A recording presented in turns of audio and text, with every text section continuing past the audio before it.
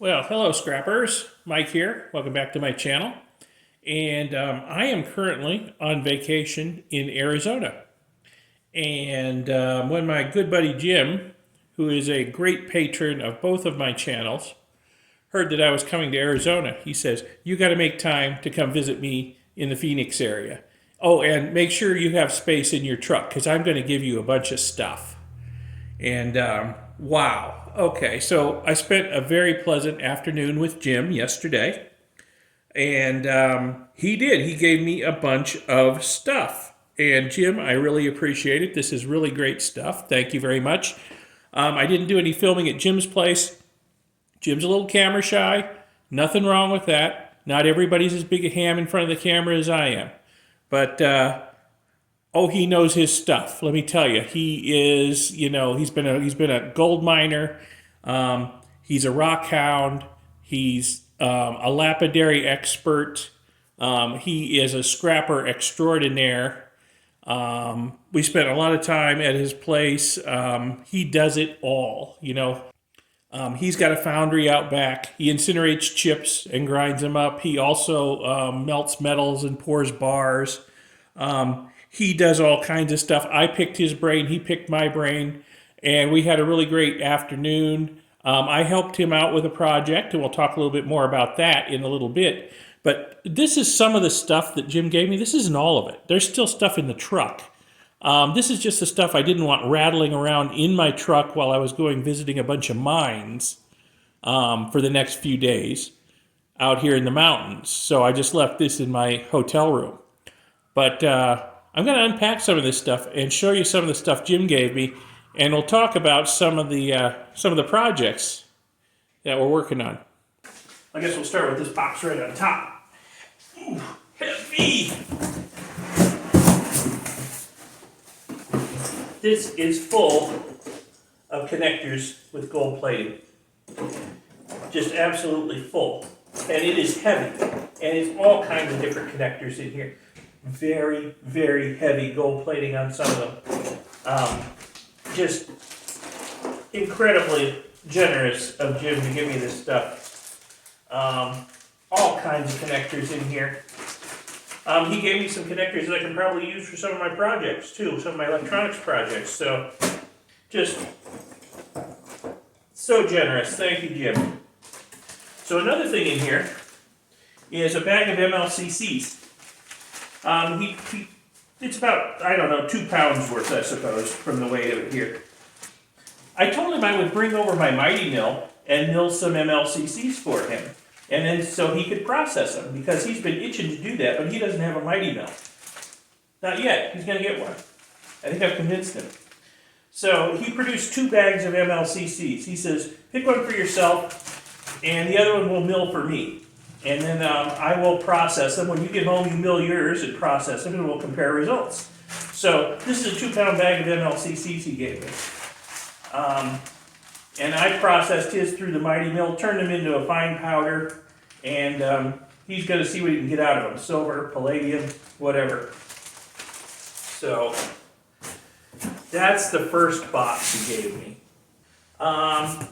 Some thick rubber pads for vibration isolation under machinery, or I can cut them up and make gaskets. He also gave me a big sheet of rubber, which is down in the truck. I figured it wasn't going to get damaged bouncing around on the mountain roads, so. But yeah, thank you, Jim. He knows I'm an astronomy nut, high resolution astrophotography. So he gave me that book. Jim gives me some really good books. He sent me a lot of them over the years. So set that aside. He also knows I'm into retro computing. And of course, he gets a lot of old computers, he scraps them out. Right on top here, we have a Tandy 1400 LT laptop computer. Early, luggable laptop computer. No power supply, no internal battery. I'm going to try and get it up and running when I get it home. It's in fairly good condition otherwise. And it's got a couple of discs here, came with it. So yeah, I'll see if I can get this thing up and running. I'll cobble together some sort of power supply for it. Hopefully it'll run without the battery pack. And maybe I'll eventually get a new battery pack for it. I'm also going to have to take it apart and make sure that the internal backup battery isn't leaking all over the circuit board. So I'll do that when I get it home. Thank you, Jim. That's a beauty. Next, Macintosh Plus, 1 megabyte. Kind of rough shape again. Hopefully it works. I haven't had a chance to test it. He had the keyboard for it, missing 1 key.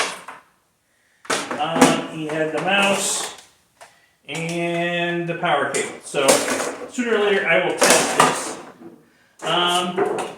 He gave me some posters. Arizona Four Peaks Amethyst. You know, he's a rock guy. He's into Lapidary. He's actually mined up here in the Four Peaks and cut this stuff. He gave me some other posters. He spent some time in South Africa working in the gold mines down there. And he gave me some informational posters they handed out to people at the gold mines. Those are in the truck yet. But yeah, cool stuff. And then he gave me this big tub. He uses one just like it to cover his foundry furnace. And he said, well, here, I've got plenty of these. You take one, take it home with you, and cover your foundry furnace with it to keep it dry, keep it out of the weather. So, oh, very incredibly generous. Thank you, Jim. And then in this box, which is also incredibly heavy, he knows I'm trying to get into Lapidary, rock tumbling, all that kind of stuff. He gave me a gallon of very high quality cerium oxide polish. I mean, this is the good stuff. This is the really, really good stuff. This is wasted on rocks. But he just gave it to me. He's got a bunch of them. He found somebody who was selling them off cheap, and he's got a bunch of gallons of this stuff, and he's been reselling it on eBay. And he just gave me one. Holy cow. Got some rocks here. When we were talking before I came out to Arizona, he said, you need to go out to Sheep's Bridge and hunt the purple sagonite out there. And I'll give you a close-up look at these rocks. And I said, well, I don't think I'm going to have time. There's like a 4.5-hour drive there, 4.5-hour drive back. I can't fill a whole day just going to one site. So he gave me some purple sagonite that he had collected in the past. And I'm gonna cut some of these and polish them up and see how they look, because they're really pretty rocks. Like I said, I'll give you a close-up look at these. So here's a close-up of the Sheep's Bridge purple sagonite Jim gave me. I think I mispronounced it earlier. It's sagonite. And, you know, this cut face is rough, but it's still beautiful as it is. Once it's polished up, it's going to be gorgeous. And then here's these really rough uncut pieces yet. I'll take these home with me and cut them with our Lortone lapidary saw that I've got at home. And hopefully there's some nice pieces like this inside these two rocks too. I guess we'll find out once I get them home. Let's see, some microfiber polishing pads he gave me. 400 grit silicon carbide. 220 grit silicon carbide,